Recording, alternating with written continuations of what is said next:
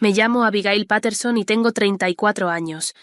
Construí un negocio de $22 millones partiendo de nada más que una idea y determinación.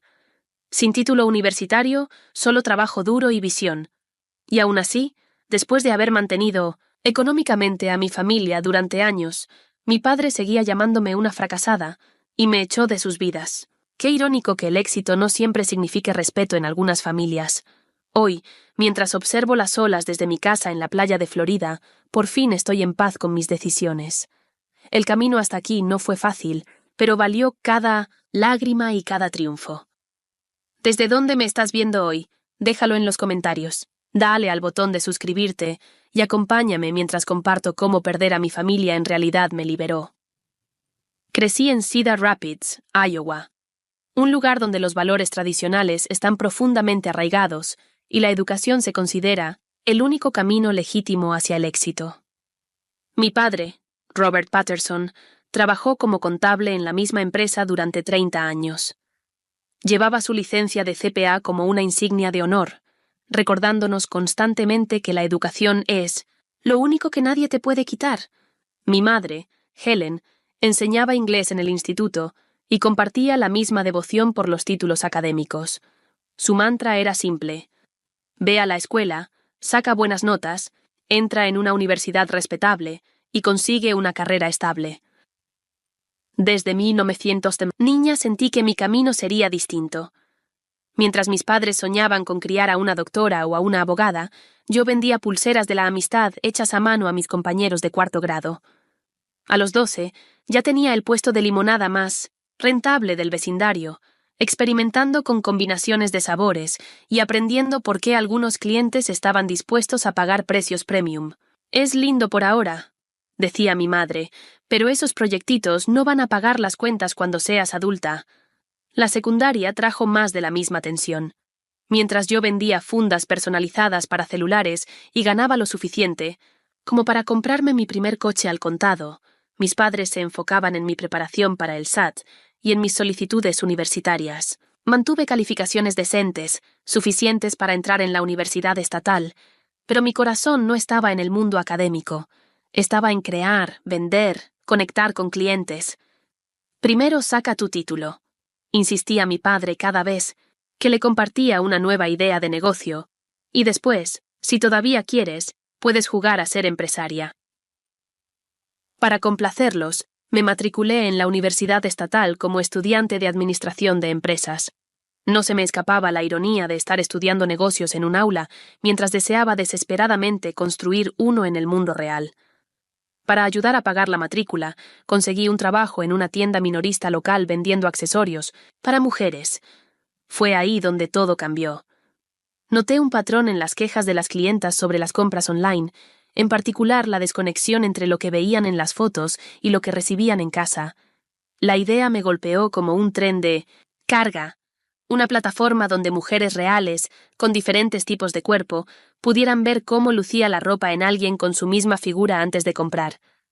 El concepto me obsesionó. Pasaba cada momento libre investigando, planeando y construyendo un prototipo básico de la página web. Mis calificaciones empezaron a bajar a medida que mi proyecto de pasión demandaba más atención. A mitad del tercer año, tomé la decisión que cambiaría el rumbo de mi vida. Senté a mis padres en la mesa de la cocina y les dije que iba a dejar la universidad para dedicarme a mi idea de negocio a tiempo completo. El silencio que siguió fue ensordecedor. Absolutamente no, dijo finalmente mi padre, con una voz inquietantemente tranquila. Ninguna hija mía va a tirar su educación por la borda por una fantasía de Internet. Mi madre comenzó a llorar. Abigail, por favor, no arruines tu vida. Estás tan cerca de terminar. Pero ya lo había decidido. Al día siguiente, me retiré de mis clases y usé el reembolso de la matrícula como capital inicial para lo que eventualmente se convertiría en Try Before, mi plataforma de comercio electrónico.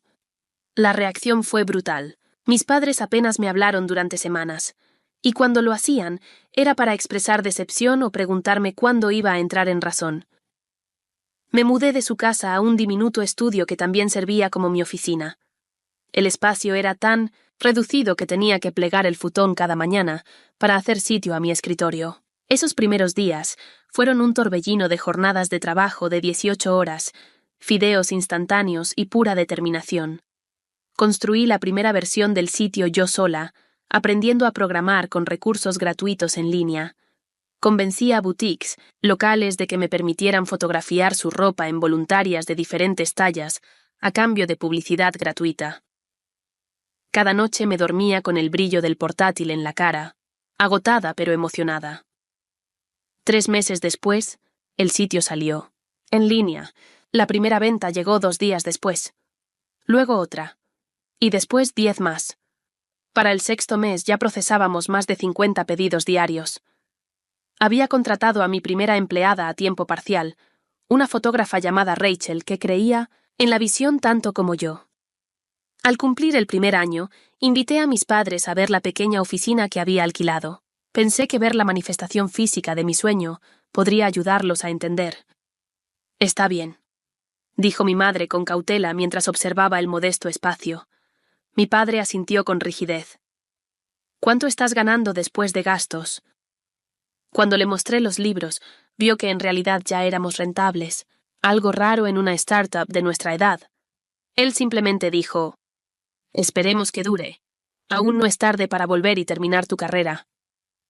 Aquella noche lloré hasta quedarme dormida, no por tristeza, sino por frustración. Estaba construyendo algo real, algo que ayudaba a las mujeres a sentirse seguras con sus compras, y aún así no era suficiente. Pero al amanecer me sequé las lágrimas y volví al trabajo. Si no podía ganarme su aprobación, al menos me probaría a mí misma que había tomado la decisión correcta. Lo que no sabía entonces era que el éxito financiero solo ampliaría la brecha entre nosotros, o que la hija que consideraban una decepción algún día sería su salvadora económica. La transición de startup a empresa real ocurrió tan gradualmente que a veces ni siquiera notaba los hitos hasta que ya habían pasado. Un día trabajaba sola. Al siguiente, tenía 5 empleados apretujados en nuestra pequeña oficina, el aire acondicionado luchando por mantenerse al día con el calor corporal, y las computadoras zumbando. El concepto de Tribe resonó profundamente con mujeres cansadas de las decepciones del comercio electrónico. Nuestra plataforma permitía a las usuarias subir sus medidas y ver la ropa modelada por mujeres con tipos de cuerpos similares. Lo que nos hacía únicas era nuestro enfoque de cuerpos reales. Nos negábamos a usar modelos profesionales y en su lugar presentábamos a clientas reales que recibían crédito en la tienda por modelar las nuevas prendas. 18 meses después del lanzamiento, nos topamos con un obstáculo. El servidor colapsaba por el aumento de tráfico y necesitábamos capital para escalar adecuadamente. Después de 67 rechazos de inversores, muchos de los cuales sugerían que buscara un cofundador técnico, es decir, un hombre que supiera de computadoras, finalmente encontré a una creyente, Janet Kingsley, una inversionista ángel que había fundado y vendido 2 empresas tecnológicas. «Has creado algo que desearía que existiera cuando yo era joven», me dijo después de nuestra presentación. «Y lo has hecho sin quemar montañas de dinero. Eso es raro». Su inversión de $500,000 por un 15% de participación valoró a Try-Before en poco más de 3 millones. Una cifra que aún hoy me parece surrealista. Celebré cambiando los fideos instantáneos por comestibles de verdad y finalmente pagándome un salario modesto. Con la orientación y el capital de Janet, reconstruimos la plataforma desde cero, añadiendo funciones que las usuarias venían pidiendo: tecnología de prueba virtual, comparación de tallas entre marcas y una sección comunitaria donde las mujeres compartían consejos de estilo. Nuestro equipo creció a 20 personas, lo que nos obligó a mudarnos a una oficina en condiciones, con salas de reuniones y una cocina. La prensa empezó a interesarse. Primero llegaron artículos en periódicos locales de negocios, luego blogs de moda y finalmente un perfil en Fast Company destacando a fundadoras que estaban revolucionando el comercio electrónico. Cada mención mediática traía consigo una oleada de nuevas usuarias. Para el 3er año habíamos superado el umbral del $1.000.000 en ingresos. Me compré un condominio modesto, nada lujoso pero mío, y les envié a mis padres un cheque para ayudarles con unas reparaciones del hogar que llevaban tiempo posponiendo. Lo cobraron sin hacer comentario alguno. En las reuniones familiares, mi padre todavía me presentaba como mi hija, la que no terminó la universidad. Nunca como mi hija, la que dirige una empresa tecnológica exitosa. Mi madre encontraba formas de desviar la conversación hacia los logros académicos de mis primos, la graduación en Derecho de Madison, la residencia médica de Tyler. Estamos tan orgullosos de todos ustedes. Ella decía, evitando cuidadosamente mi mirada. Una vez, en la cena de cumpleaños de mi abuela, una tía preguntó por mi negocio tras ver un artículo en su periódico local. Oh, Abigail tuvo suerte con ese asunto de Internet, intervino mi padre antes de que pudiera responder. Buen momento, buen lugar, como esos que compraron Bitcoin temprano. Me quedé sentada, paralizada por el silencio, años trabajando hasta que me ardían los ojos, aprendiendo cada aspecto del comercio electrónico y la programación, construyendo relaciones con proveedores y clientas, reducidos a la palabra suerte. Esa noche pegué una nota adhesiva en el espejo del baño. Tu valor no depende de su reconocimiento. Para el 5º año, Trib había crecido a más de 100 empleados. Nos habíamos expandido internacionalmente con sitios dedicados para Canadá, Reino Unido y Australia. Nuestra facturación alcanzaba los $8 millones anuales, con márgenes de beneficio saludables que harían envidiar a la mayoría de startups tecnológicas. El reconocimiento de la industria no tardó en llegar. Fui incluida en la lista 30 Under 30 de Forbes por innovación en retail. Ganamos un premio Webby a la mejor experiencia de compra. CNBC me presentó en un especial sobre emprendedores autodidactas. Enviaba a mis padres enlaces de cada artículo, cada anuncio de premio, cada aparición televisiva. A veces respondían con un breve bien o felicidades. La mayoría de las veces, silencio. En mi reunión del instituto, antiguos compañeros se me acercaban con admiración y preguntas sobre emprendimiento. Mi ex profesor de economía me pidió que hablara a sus estudiantes sobre desarrollo empresarial. A ojos de mi ciudad natal, me había convertido en una especie de historia de éxito. Todo el mundo parecía reconocer lo que había construido. Todos, excepto las 2 personas cuya aprobación más había deseado. Al cumplir 6 años, la valoración de Tribe había escalado a 15 millones. Nos habíamos mudado a una oficina premium en el centro de Cedar Rapids, con paredes de ladrillo, visto y planta abierta, el tipo de espacio que antes parecía un sueño inalcanzable. Mi equipo ahora incluía mentes brillantes de todo el país, muchas de las cuales se habían trasladado expresamente para trabajar con nosotros. Me compré una casa, nada extravagante para los estándares de los ricos, pero ciertamente agradable, en una comunidad junto al lago a 20 minutos de casa de mis padres. Pensé que la cercanía física tal vez cerraría la distancia emocional. No fue así. Debe ser bonito poder pagar todo esto sin préstamos estudiantiles, comentó mi padre durante su única visita, señalando mi sala con vista al agua. El comentario dolió, pero ya me había acostumbrado a esas pequeñas punzadas. Lo que no podía anticipar era cuán rápido pasaría de ser una decepción a convertirse en salvavidas financiero para mis padres, o cuán poco cambiaría eso su percepción de mí.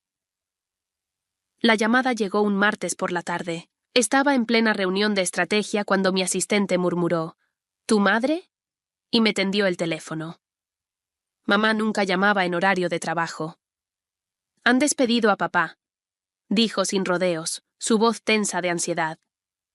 Recortes presupuestarios. Después de 30 años, a los 58, mi padre estaba desempleado. La firma contable a la que dedicó su carrera había sido adquirida por una empresa más grande y estaban racionalizando operaciones.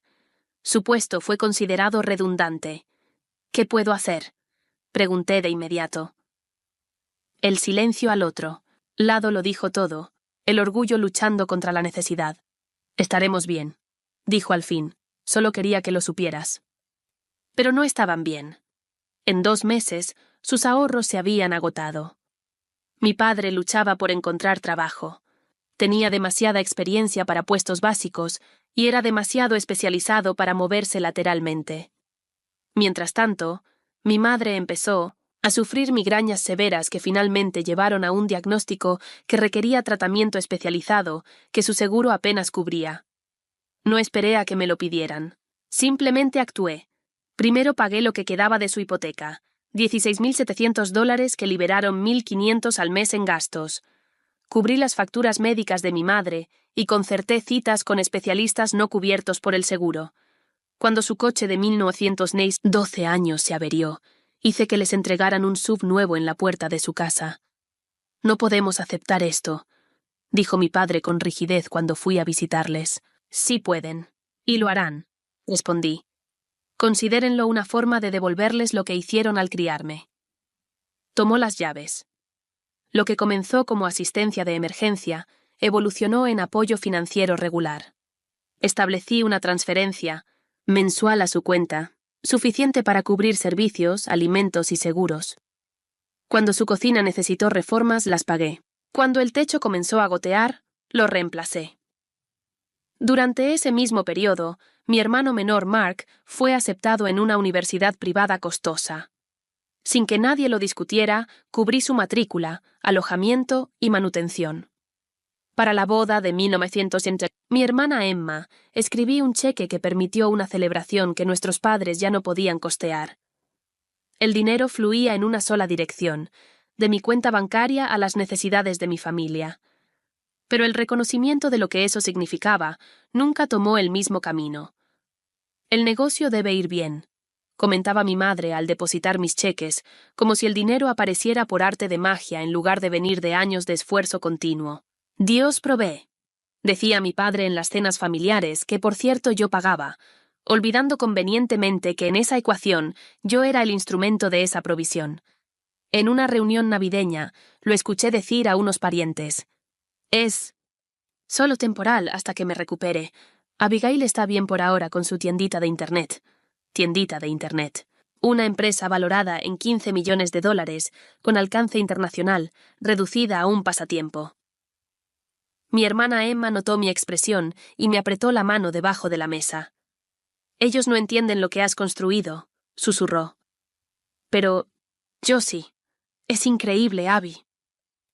Ese pequeño reconocimiento significó más de lo que ella jamás sabrá. A medida que Tribe seguía creciendo, también lo hacía la dependencia económica de mi familia hacia mí. Papá finalmente encontró trabajo, como consultor a medio tiempo, pero ganaba una fracción de su antiguo salario. Los problemas de salud de mamá le impedían volver a enseñar a tiempo completo. Me convertí en el banco familiar no oficial, la fuente de fondos para emergencias, reparaciones del hogar, pagos de coche y dinero para vacaciones. Y sin embargo, en las conversaciones familiares, mi empresa seguía siendo esa cosa en Internet o el proyectito de Abigail. Mis padres aceptaban mi dinero mientras despreciaban simultáneamente su origen. La disonancia cognitiva era asombrosa. En una cena de domingo, después de que mi padre pasara 20 minutos lamentándose de que los jóvenes de hoy no entienden el valor de la educación, finalmente abordé el tema. «Papá, ¿te das cuenta de que mi empresa ahora emplea a más de 150 personas y que proyectamos 12 millones en ingresos este año?» Él levantó la vista de su asado, que yo había pagado, y sonrió condescendientemente. «Eso está bien, querida, pero esos negocios por Internet van y vienen. ¿Qué pasa cuando todo desaparezca? Al menos tu hermano tendrá su título de ingeniería como respaldo». Aparté el plato. Se me había ido el apetito. He estado dirigiendo este negocio por Internet durante 7 años. No va a desaparecer. «No te pongas a la defensiva», intervino mi madre. «Solo estamos preocupados por tu futuro». La ironía casi me hizo reír. Les preocupaba mi futuro mientras vivían de mi presente. Comencé a comprender una verdad, dolorosa. El apoyo económico que brindaba no nos estaba acercando.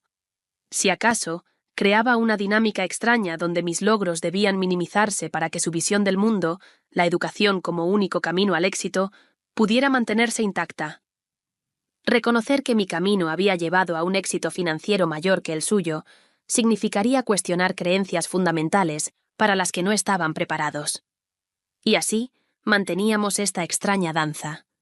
Yo continuaba apoyándolos financieramente, Y ellos seguían tratándome como a una niña, con suerte, que jugaba a ser empresaria. Ese arreglo tuvo un costo emocional del que no fui plenamente consciente, hasta que todo se vino abajo el Día de Acción de Gracias.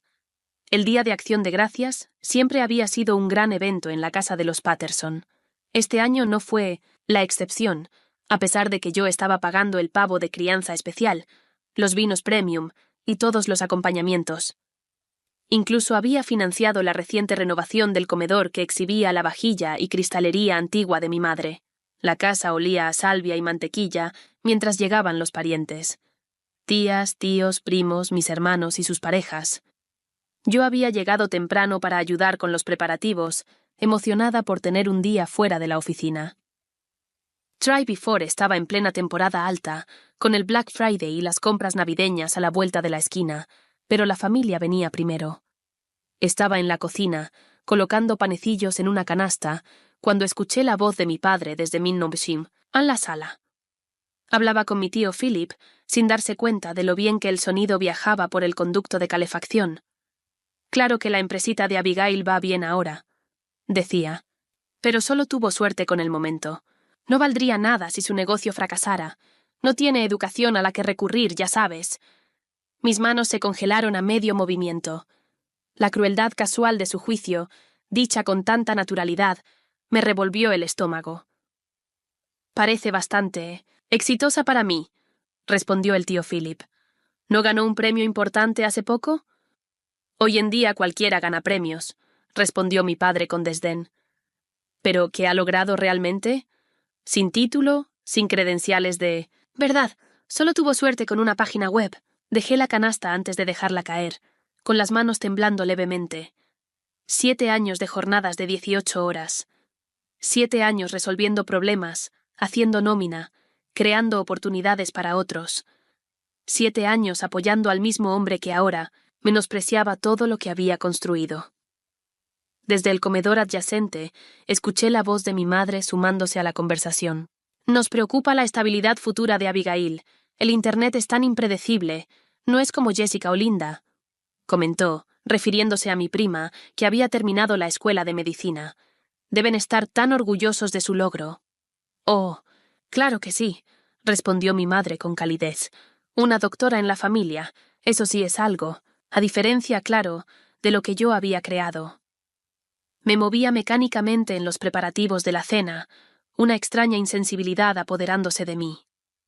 Cuando por fin nos sentamos a la mesa, me sentí observando a mi familia como si los viera, desde lejos.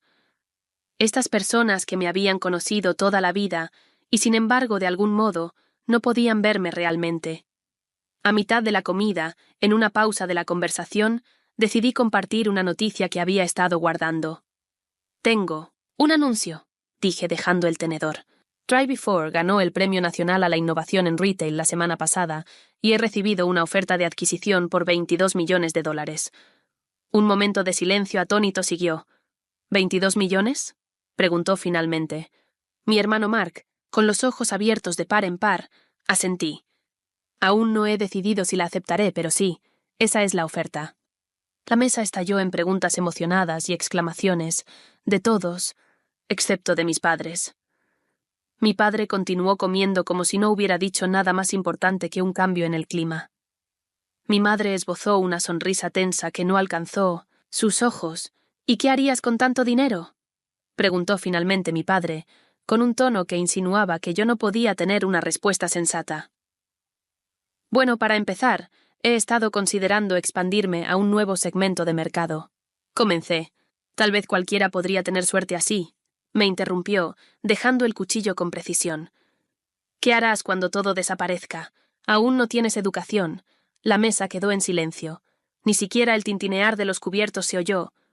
Robert, murmuró incómoda mi tía Linda. Pero él no había terminado. Es cierto. Jessica ha construido algo real con su título médico. Eso es un futuro. Este dinero de Internet solo es temporal. Lo miré. Algo se rompió dentro de mí, después de años de contenerme con cuidado. ¿Temporal? Papá, he dirigido esta empresa durante 7 años. Empleo a más de 150 personas. He cambiado la forma en que las mujeres compran ropa en línea. Solo nos preocupa tu estabilidad. interrumpió mi madre, como siempre, tratando de mantener la paz. Tu prima Jessica ahora es doctora. Eso es para siempre. Esa comparación fue la gota que colmó el vaso. Jessica es brillante, y no me siento alegra por ella, dije con calma. Pero ¿por qué no pueden alegrarse también por mí? ¿Por qué lo que he construido no es suficiente? Porque no es real, espetó mi padre. Es solo una tontería de Internet, que podría desaparecer. Mañana. ¿No es real? Sentí una extraña calma, mientras años de frustración reprimida se cristalizaban en claridad. No es real la hipoteca que pagué por ustedes. ¿No son reales las facturas médicas de mamá que cubrí? ¿No es real la matrícula universitaria de Mark? ¿No es real esta renovación? El rostro de mi padre se tornó rojo oscuro. ¿Cómo te atreves a echarnos eso en cara? Nunca pedimos tu caridad. No fue caridad, papá. Fue apoyo.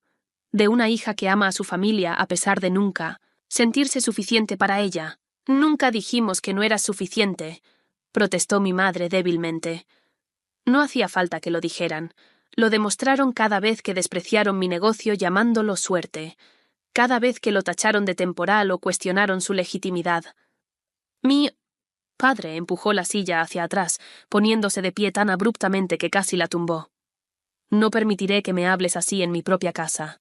La casa que yo pagué, dije en voz baja. Su rostro se contorsionó de ira. ¡Fuera!, siseó. ¡Fuera de aquí, basura! Ninguna hija mía me habla así. La palabra basura resonó en el silencio atónito. Mi madre soltó un suspiro ahogado, pero no dijo nada para defenderme. Mis hermanos me miraban en shock. Me levanté lentamente, dejando la servilleta al lado del plato. Una basura que construyó una empresa de 22 millones y mantuvo a su familia durante años. Interesante definición.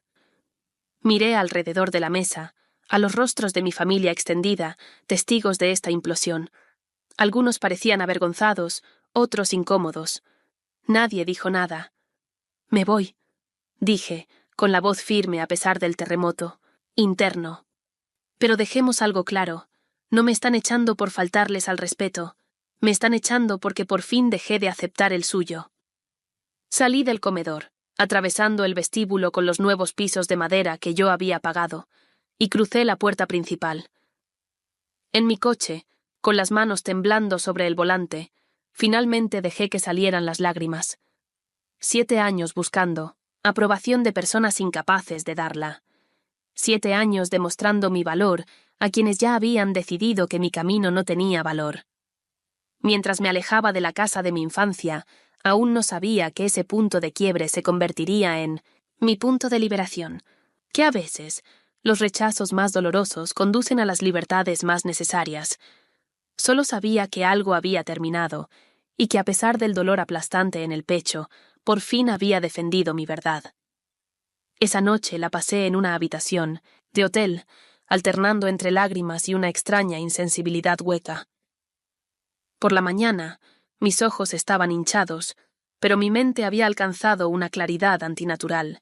Me tomé un día personal, el primero en meses, y me senté junto a la ventana, observando la nieve caer sobre el estacionamiento del hotel. Mi teléfono había explotado con mensajes de mi hermana Emma. Papá se pasó de la raya. ¿Estás bien? De mi hermano Mark. Eso fue una locura, llámame. Incluso de la tía Linda. Tu padre jamás debió hablarte así.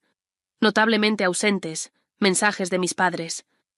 Al mediodía llamé a mi mejor amiga Miranda, que se había mudado a Boston años atrás, pero seguía siendo mi ancla emocional. ¿Te llamó basura?, repitió tras escuchar lo ocurrido. Abby, eso no es solo una falta de respeto, es crueldad. Tal vez no debí mencionar el dinero, dije, aún encontrando formas de culparme. Basta, dijo Miranda con firmeza. Solo dijiste la verdad. Lleva años aceptando tu dinero mientras menosprecia tu éxito. Eso no es amor, Abby. Es explotación. Sus palabras me golpearon como un golpe físico. ¿Explotación? ¿Había permitido que me usaran? Pero son mis padres, susurré. Se supone que debo ayudarlos. Ayudarlos sí. Someterte al abuso emocional no. Su voz se suavizó.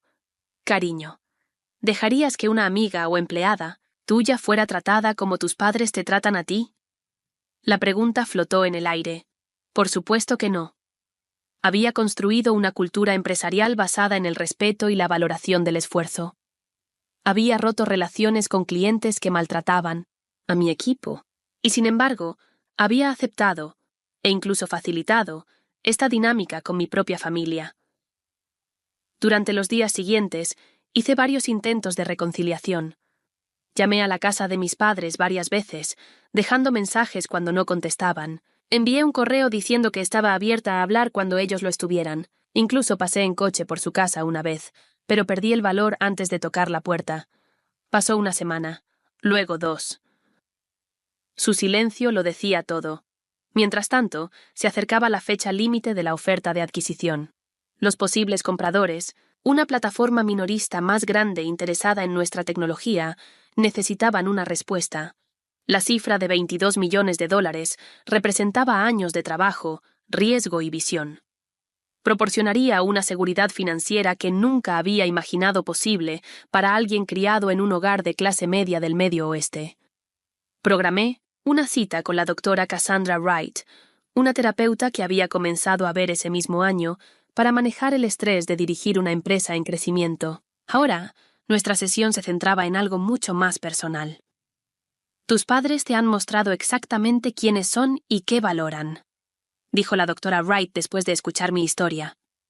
La pregunta es, ¿puedes aceptar esa realidad en lugar de seguir esperando a los padres que mereces pero que no tienes? ¿Y la adquisición? Pregunté. Una parte de mí siente que si la acepto estoy renunciando a probarles algo. Ella se inclinó hacia adelante. Abigail, llevas 7 años tratando de probarte. ¿En qué momento aceptas que la meta seguirá moviéndose? Esa noche tomé 2 decisiones. Primero, aceptaría la oferta de adquisición.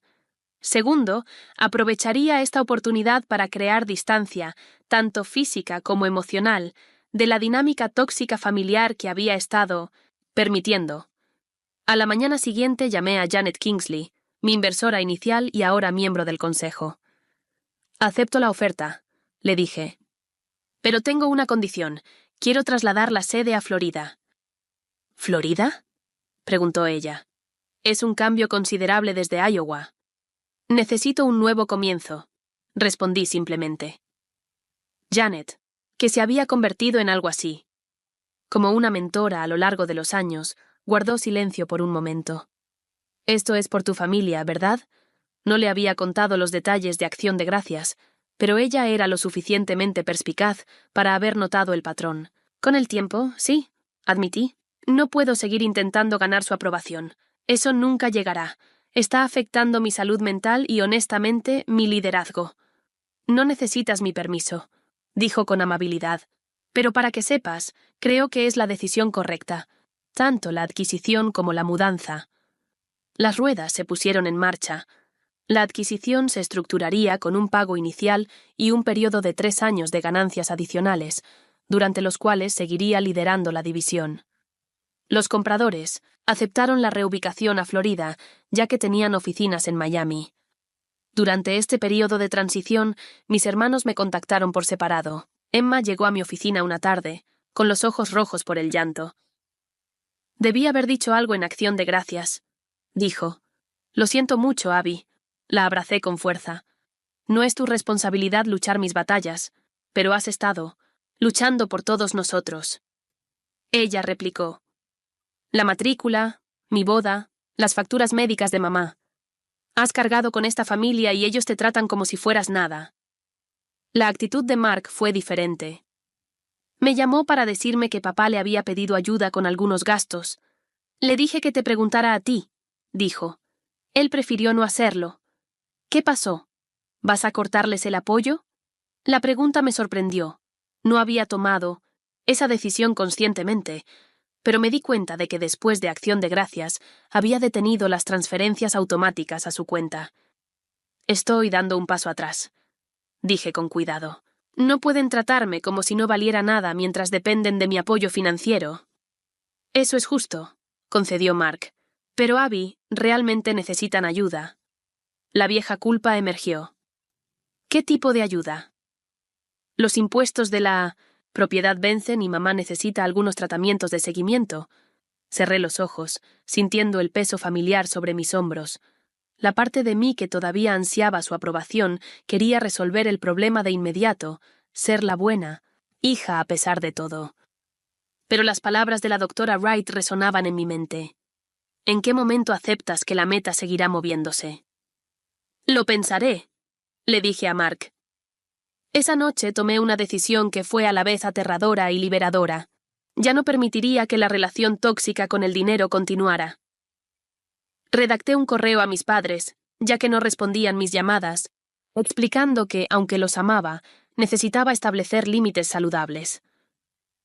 No puedo seguir brindando apoyo financiero a personas que no me respetan ni respetan lo que he construido, escribí.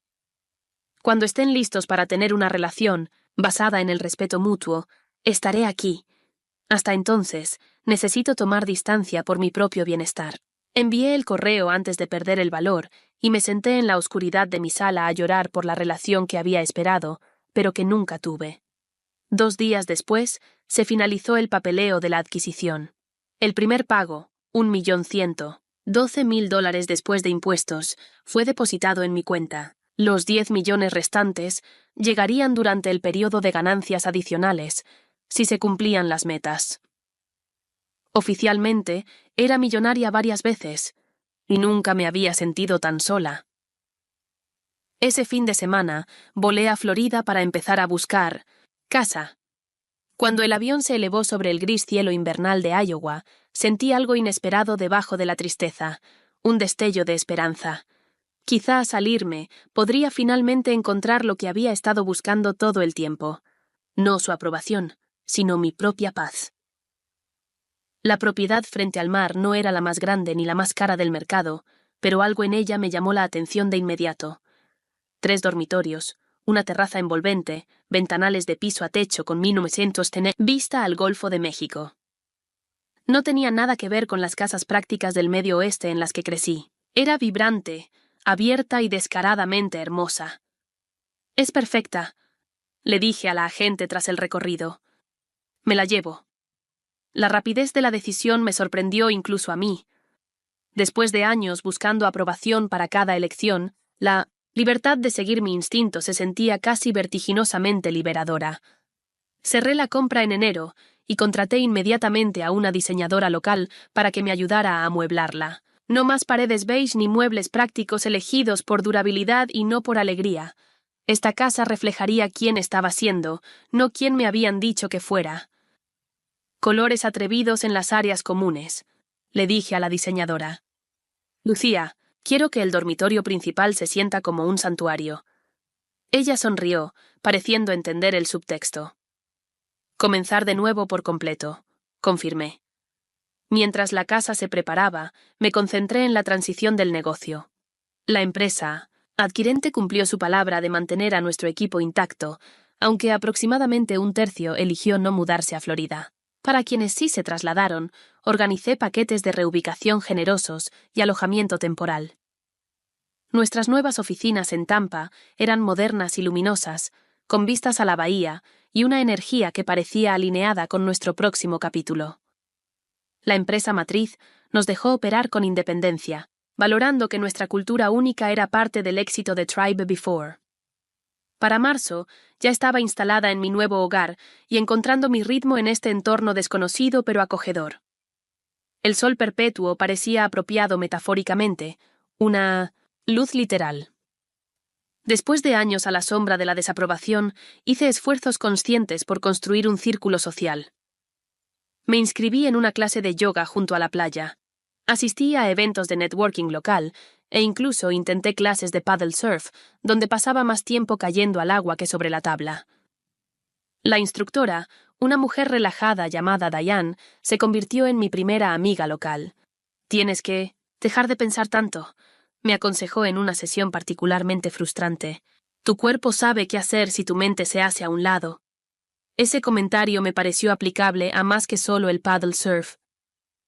Cuando la primavera dio paso al verano, mi nueva vida tomó forma.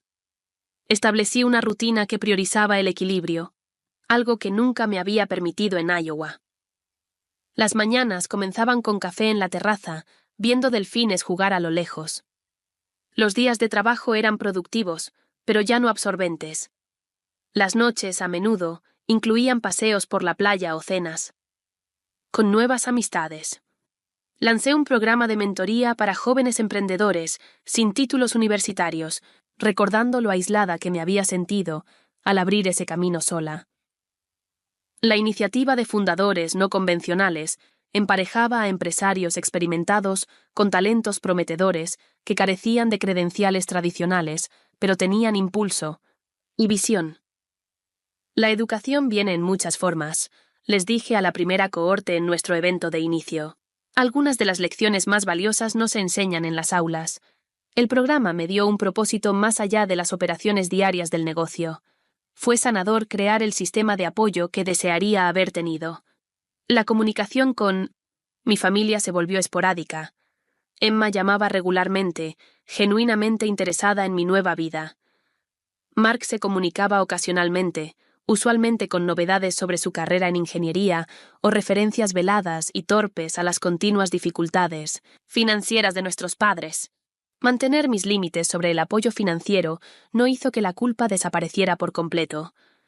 6 meses después de mi mudanza, sonó el timbre un domingo por la tarde. No esperaba a nadie y me sorprendió encontrar a mi madre en el porche, luciendo pequeña y fuera de lugar entre las palmeras y las flores tropicales. «Mamá», dije genuinamente sorprendida. «¿Cómo? ¿Qué haces aquí? Tu asistente me dio la dirección cuando llamé a tu oficina», explicó. «¿Puedo? ¿Entra?» Me hice a un lado, con la mente acelerada. Ella recorrió la sala de concepto abierto, con sus acentos turquesa y detalles artísticos, tan diferente de su propia decoración tradicional. «Es muy luminosa», comentó, lo que para Helen Patterson era un elogio alto a cualquier cosa poco convencional. Preparé café y nos sentamos en la terraza con vista al agua, un silencio incómodo extendiéndose entre nosotras. Finalmente habló. «Tu padre no sabe que estoy aquí. Eso ya lo imaginaba». Ella jugaba nerviosa con su anillo de bodas, un hábito que reconocí desde la infancia. «Estamos pasando dificultades, Abigail. Los impuestos de propiedad se han duplicado y mis tratamientos no están completamente cubiertos por el seguro». Era el verdadero motivo de su visita, no reconciliación, sino necesidad económica. «Entiendo», dije en voz baja. «No estamos pidiendo mucho», continuó. «Solo lo que solías enviar antes de Acción de Gracias». Respiré hondo, preparándome contra la atracción familiar de la obligación. «Mamá, no puedo volver a cómo eran las cosas. Papá me llamó basura y me echó de sus vidas. Ninguno de los dos se ha disculpado, ni siquiera ha reconocido lo hiriente que fue eso». Él estaba molesto. «¿Sabes cómo se pone?», dijo. «Eso no es excusa para el abuso emocional», dije. El término tomado de la terapia se sentía extraño pero acertado en mi boca. Ella se estremeció. «Es una forma muy dura de describir las discusiones familiares, ¿no? ¿Aceptarías que un esposo te hablara como papá me habló a mí? ¿Le aconsejarías a una amiga mantener una relación con alguien que la tratara así?» Ella miraba al océano, evitando mi mirada. «Con la familia es diferente». «No. Debería serlo», repliqué. «Si acaso la familia debería tratarnos mejor que los extraños, no peor. Somos tus padres, Abigail. Necesitamos tu ayuda». La culpa familiar se retorcía en mi estómago. Pensé en todos los recursos que ahora tenía, los millones en mi cuenta, el estilo de vida cómodo, la libertad. ¿No debería una buena hija compartir esa abundancia? Entonces recordé la guía de la doctora Wright. El apoyo sin respeto no es amor, es explotación. No puedo ayudarlos económicamente mientras nada cambie en nuestra relación, dije firmemente. Estoy feliz de ayudarles a ambos a encontrar recursos de planificación financiera o conectar a papá con oportunidades laborales en mi red, pero no enviaré dinero a personas que no me respetan ni respetan lo que he construido. Su expresión se endureció. «Entonces, ese es tu ultimátum. O fingimos aprobar tus decisiones o nos dejas luchar». La caracterización dolió, pero me mantuve firme. «No dije eso. No pido aprobación. Pido respeto básico. Hay una diferencia.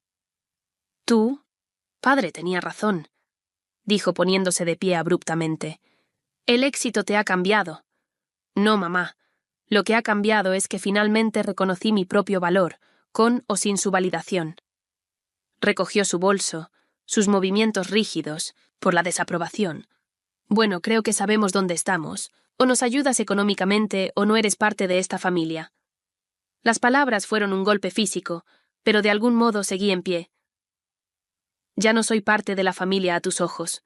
Lo he sido desde el momento en que elegí mi propio camino. Se fue sin decir una palabra más. La vi alejarse en su coche alquilado, desaparecer por la calle Palmline y luego hundirse en los escalones de la terraza, dejando que las lágrimas salieran. La sensación de final no me pasó desapercibida. Había viajado más de 1000 millas, no para sanar nuestra relación, sino para restablecer el acuerdo financiero que les beneficiaba. Esa tarde caminé por la orilla, mientras el sol se ponía pintando el cielo de tonos naranjas y rosados. Las olas lamían suavemente mis pies, un ritmo que calmaba los bordes ásperos de mi dolor. Por primera vez, acepté plenamente que quizá nunca tendría la relación parental que anhelé, y que seguir persiguiéndola me impedía construir la vida que merecía. A veces, los finales más difíciles hacen posibles los comienzos más necesarios. Mientras la oscuridad caía sobre el golfo, hice las paces con mi decisión. La familia en la que nací quizá nunca vería mi valor, pero eso no significaba que no pudiera crear una familia elegida que sí lo hiciera. Un año después de mudarme a Florida, estaba en mi terraza viendo un atardecer espectacular, una copa de vino en mano, y una calma que antes pensaba imposible. El aniversario no había sido planeado como un momento de reflexión, pero al ver cómo el sol naranja se fundía en las aguas del Golfo, no pude evitar medir la distancia que había recorrido, no solo geográfica, sino emocional. El agudo dolor del rechazo familiar se había transformado gradualmente en otra cosa. Una sabiduría silenciosa que llevaba como una piedra lisa en el bolsillo, volteándola de vez en cuando para examinarla, pero que ya no cortaba, ni hacía sangrar. El negocio seguía prosperando bajo la nueva estructura de propiedad. Nuestra base de usuarios se había expandido un 30% y la tecnología que habíamos pionero se estaba implementando en las otras plataformas de la empresa matriz. Había cumplido todas las metas del periodo inicial de ganancias, asegurando otra parte del pago de adquisición, pero los cambios más significativos no eran profesionales ni financieros, eran internos. Había pasado tantos años buscando validación externa que aprender a confiar en mi propio juicio se sentía como descubrir un sentido nuevo. Las decisiones que antes habrían desencadenado dudas ansiosas ahora llegaban más naturalmente, guiadas por la intuición y la experiencia, no por el miedo a la desaprobación. Había comenzado a trabajar en un nuevo proyecto, una plataforma que conecta profesionales autodidactas con empresas que buscan más allá de credenciales tradicionales, en sus procesos de contratación. El proyecto surgió de mi propia experiencia y del programa de mentoría para fundadores no convencionales, que había crecido para apoyar a más de 50 emprendedores en todo el país. Esta vez, el trabajo se sentía diferente. No estaba construyendo para probar mi valía o ganar reconocimiento. Estaba creando desde un lugar de propósito y alegría, porque el trabajo importaba, no porque necesitara que validara mi existencia. Mi círculo social se había ampliado para incluir a un grupo diverso de amigos que me conocían tal como era ahora, no como la decepción perpetua en la que me habían convertido en la narrativa familiar. Nos reuníamos para fogatas en la playa, días de voluntariado comunitario y brunch dominicales relajados, donde las conversaciones fluían naturalmente, libres de resentimientos no expresados durante décadas. La terapia seguía siendo una piedra angular de mi proceso de sanación. La doctora Wright me había conectado con un colega en Tampa, el doctor Martínez, que se especializaba en el distanciamiento familiar y en hijos adultos de padres emocionalmente inmaduros. La parte más difícil para muchas personas, observó el doctor Martínez durante una sesión, es aceptar que no hicieron nada malo, que a veces, por más perfectos que intenten ser, algunos padres simplemente no son capaces de dar el amor y el reconocimiento que sus hijos merecen. Ese permiso para dejar de culparme por una dinámica que no creé fue quizás el aspecto más liberador de mi sanación. En abril, mi teléfono sonó con un identificador inesperado. Emma. Hola, desconocida. Respondí sonriendo. Aunque rara, Beth llamaba a mitad de semana. Hice algo que quizás no te guste. Comenzó inusualmente vacilante. ¿Debo sentarme para esto? Quizás estoy en el aeropuerto de Tampa. Casi dejé caer el teléfono. ¿Estás aquí en Florida? ¡Sorpresa!, ofreció semanalmente. Puedo conseguir un hotel si no es buen momento. Ni se te ocurra. Envíame la información de tu terminal. Voy para allá. Una hora después, estábamos sentadas en mi terraza, la brisa de la tarde moviendo el cabello de Emma mientras ella admiraba la vista. «Es aún más hermoso que en tus fotos», dijo. «Ahora entiendo por qué te gusta tanto aquí. Ahora es mi hogar». Respondí simplemente. «¿Pero qué te trae hasta aquí sin avisar? ¿Está todo bien?» Bajó el tono, seria, dejando su té helado en la mesa. Quería disculparme en persona. ¿Por qué? Por no defenderte en Acción de Gracias y en todas las veces anteriores, por aceptar tu ayuda en mi boda. Mientras dejaban que menospreciaran todo lo que habías construido, sus ojos se llenaron de lágrimas por sentirse cobarde. Extendí la mano hacia ella. Emma, no fuiste una cobarde. Estabas sobreviviendo a una dinámica familiar difícil, igual que yo. Pero fuiste lo suficientemente valiente para alejarte, para exigir respeto. Se secó los ojos. He estado fingiendo, manteniendo la paz y escuchando cómo hablan de ti cuando no estás. No está bien, Abby. ¿Qué dicen? Pregunté sin estar segura de querer saber, pero necesitando escucharlo de todos modos. Papá actúa como si los hubieras abandonado en su momento de necesidad, como si les debieras apoyo y Setashi lo negaras por despecho. Negó con la cabeza. No menciona nunca que te llamó basura ni cómo ha menospreciado tu éxito durante años. Y mamá sigue su versión de los hechos.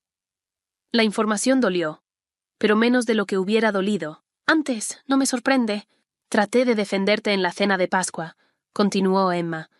Se lo señalé todo, lo que habías hecho por la familia antes de la caída.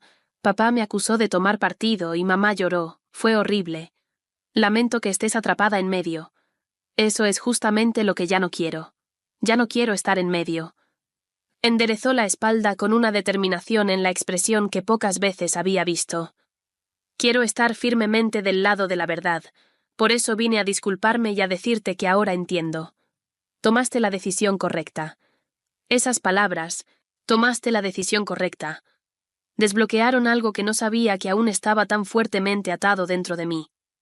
Una última duda de que tal vez había sido demasiado dura, demasiado inflexible, demasiado dispuesta a alejarme de la familia. Escuchar la validación de mi hermana fue como permiso para finalmente soltar esa última amenaza de culpa. Durante la visita de 4 días de Emma, hablamos más abiertamente que nunca habíamos hablado creciendo en la casa de nuestros padres. Compartió sus propias luchas con los estándares imposibles de nuestro padre y la evasión de conflictos de nuestra madre. Le mostré mi nueva vida, el negocio, el programa de mentoría, la comunidad que había construido. En su última noche, mientras caminábamos por la playa bajo la luz de la luna, Emma preguntó, ¿crees que alguna vez te reconciliarás con ellos? Consideré la pregunta con cuidado. Estoy abierta a una relación si puede ser sana, pero he dejado de esperar que cambien o que de repente me vean con claridad. Aceptar eso ha sido la parte más sanadora de todo este viaje. Pareces más ligera, observó. Más yo misma, sí, asentí. Resulta que vivir para tu propia aprobación es mucho más sencillo que perseguir la aprobación de otros. Los meses siguientes trajeron desarrollos inesperados. Mi charla TED sobre el éxito, más allá de las credenciales, se volvió viral, atrayendo atención tanto al programa de mentoría como a mi nueva plataforma. Recibí cientos de mensajes de personas que habían enfrentado dinámicas familiares similares tras elegir caminos poco convencionales. Tu historia me dio valor para dejar de disculparme por mis decisiones, escribió una joven emprendedora. Abandoné la universidad hace 3 años para empezar mi negocio, y mis padres aún me presentan como alguien que está tomando un descanso. Escuchar cómo manejaste juicios similares me ayudó a poner límites sin culpa. Estas conexiones me recordaron que las historias personales, cuando se comparten con autenticidad, crean puentes entre experiencias. El dolor que había soportado ahora tenía un propósito mayor que mi propio crecimiento. Ofrecía permiso a otros para confiar en sus propios caminos. En julio, recibí un correo inesperado de Mark. Papá tuvo un pequeño infarto. Está estable, pero fue un susto. Pensé que debías saberlo. Me senté con la noticia, chequeando mis emociones. El viejo patrón habría sido culpa inmediata y correr a arreglar todo. En cambio, sentí compasión sin responsabilidad. Después de hablarlo con el doctor Martínez, envié flores al hospital con una nota simple. Deseándote una pronta recuperación. Abigail, no ofrecí dinero. No volé a casa. Reconocí la situación sin reactivar la dinámica poco saludable. Fue un pequeño momento, pero representó un crecimiento enorme. Cuando se acercaba el primer aniversario de mi mudanza, supe que quería marcar la ocasión de manera significativa. Decidí organizar una reunión en mi casa, parte inauguración, parte celebración de nuevos comienzos. Invité a mis amigos locales, asociados de negocios, hombres del programa y a Emma, que prometió volar para el fin de semana. La Etsikwa, noche de la fiesta, mi casa se llenó de risas y conversaciones. Personas de diferentes partes de mi nueva vida se conectaban entre sí, creando un tapiz de relaciones que un año atrás jamás habría imaginado posible. Después de la cena, mientras todos se reunían en la terraza para el postre, Emma chocó su copa para llamar la atención. «Quiero proponer un brindis», anunció, «por mi hermana Abigail». Hace un año tomó una de las decisiones más difíciles que cualquiera puede tomar. Eligió a sí misma tras toda una vida eligiendo a los demás. Dejó atrás la crítica y el amor condicionado para construir esta hermosa vida donde puede brillar tan intensamente como siempre debió hacerlo. Por Abigail y por el coraje que se necesita para empezar de nuevo. Las copas se alzaron mientras las lágrimas llenaban mis ojos.